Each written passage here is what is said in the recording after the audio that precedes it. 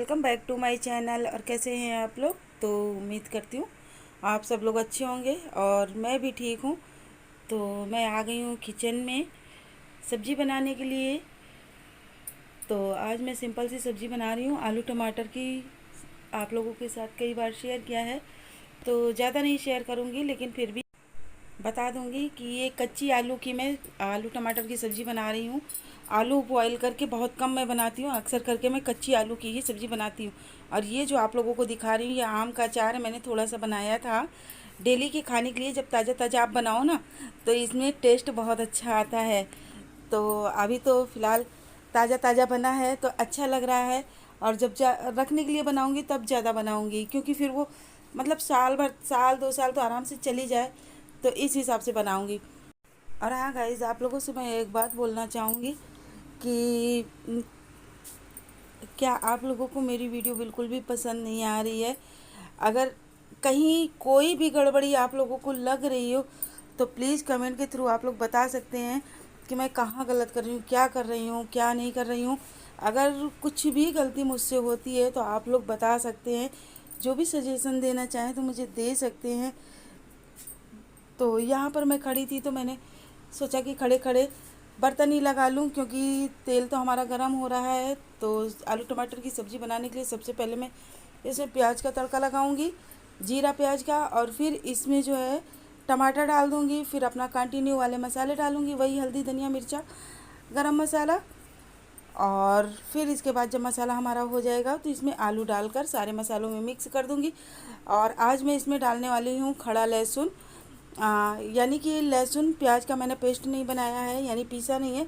तो खड़ा लहसुन मैं डालूंगी। कमेंट करके आप लोग ज़रूर मुझे बताइएगा कि खड़ा लहसुन कौन कौन सब्ज़ी में डालता है। मेरे बेटे को खड़ा लहसुन जो है पूरा एक जो पोटी होता है ना, उसको बहुत अच्छा लगता है, मुझे भी अच्छा लगता है, मेरे घर में सबको अच्छा लगता है।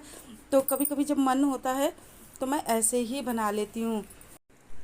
और 2 साल हो गए हैं, 2-3 साल हो गए हैं मुझे यूट्यूब पर आए हुए, लेकिन मैं जहाँ पर थी वहीं पर होकर रह गई। मैं कुछ भी आगे नहीं बढ़ पा रही हूँ।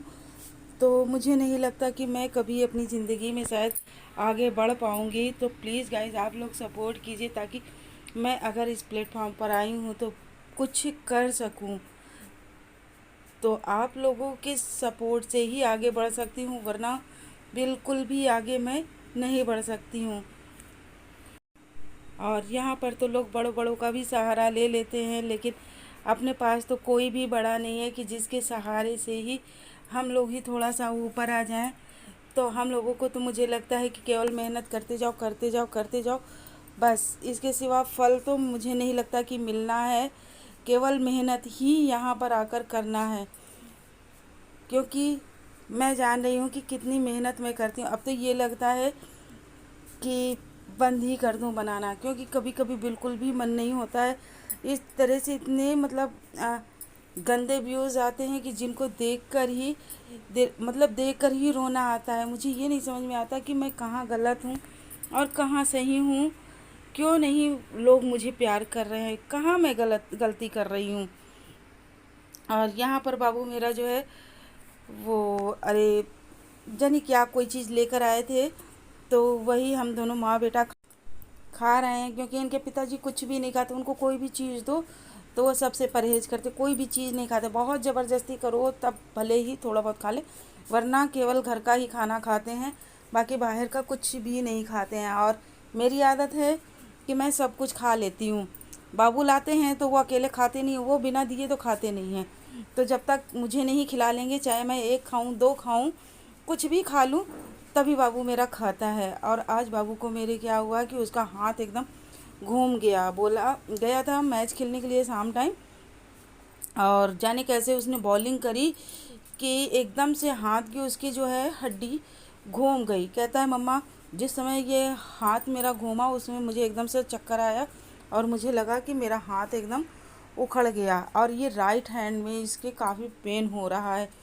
तो मैं वही कर रही थी। पहले तो इनको मैंने दर्द की दवा दी है, तो बोला बाबू से कि लेट जाओ तो थोड़ा सा बर्फ़ से सेकाई कर देते हैं। तो मैं गई थी अंदर बर्फ़ लाने के लिए, और उसी को मैं रुमाल में मतलब लपेट लिया है, और इसी बर्फ़ से सिकाई करूँगी, क्योंकि पहले तो मुझे नहीं पता था कि बर्फ़ से सिकाई की जाती है। तो मुझे मेरे एक फ्रेंड थे, तो उन्होंने बताया था कि ऐसा कुछ हो तो बर्फ़ से सिकाई करो तो आराम मिलता है। तो फ़िलहाल तो मैं अभी एक ही बार सिकाई करी हूँ, दोबारा नहीं करी हूँ, और दर्द का इनको दवा दे दी हूँ। और बोलते हैं जैसे मैंने हाथ घुमाया तैसे ही मुझे बहुत तेज़ी से एकदम दर्द उठा और फिर एकदम से चक्कर आ गया। तो फिर पानी से अपना फेस वॉश वगैरह किया, फिर थोड़ी देर मतलब कि वहीं बैठे रहे, इसके बाद घर आए। तो इस तरह से पता नहीं कैसे इनको क्या हो जाता, मुझे कुछ समझ में नहीं आता है कि कैसे इनके हाथों की हड्डी घूम जाती, कभी कभी पीठ में इनके लग जाता है, मुझे तो कुछ भी नहीं समझ में आता है। और यहाँ पर मेरा बन गया है खाना, सब्जी बनाया है, चावल बनाया है, और साथ में सलाद है केवल प्याज का। तो आ जाइए आप लोग भी हम लोगों के साथ डिनर करने के लिए। तो अब चलती हूँ। अगर आप लोगों को हमारी वीडियो पसंद आए तो प्लीज़ बिना लाइक किए हुए मत जाइएगा, और जो भी कोई हमारे चैनल पर न्यू है तो हमारे चैनल को सब्सक्राइब भी कर लीजिएगा, वो भी बेल आइकन बटन के साथ, ताकि हमारी हर आने वाली वीडियो का नोटिफिकेशन सबसे पहले आप तक पहुँचे। और आप लोग अपना प्यार और सपोर्ट मेरे साथ बना के रखिएगा। और अगर आप लोगों को पसंद आए तो ज़्यादा से ज़्यादा लोगों में शेयर भी कर दीजिएगा, ताकि आगे तक भी पहुंच जाए, क्योंकि आप ही लोग जो हैं हमें ऊपर तक पहुंचा सकते हैं। और इस समय हमारे यहाँ हमारे कानपुर में तो इतनी भीषण गर्मी हो रही, इतनी भीषण गर्मी हो रही है, यानी कि बहुत ज़्यादा गर्मी हो रही है। ये समझ लीजिए कि टेम्परेचर जो है 47 तक जा रहा है। पता नहीं क्यों, मुझे तो लग रहा है कि आपकी साल तो कुछ ज़्यादा ही गर्मी हो रही है। तो चलिए अब चलती हूँ और मिलूँगी आप लोगों से अपने नेक्स्ट वीडियो में। तब तक के लिए बाय बाय।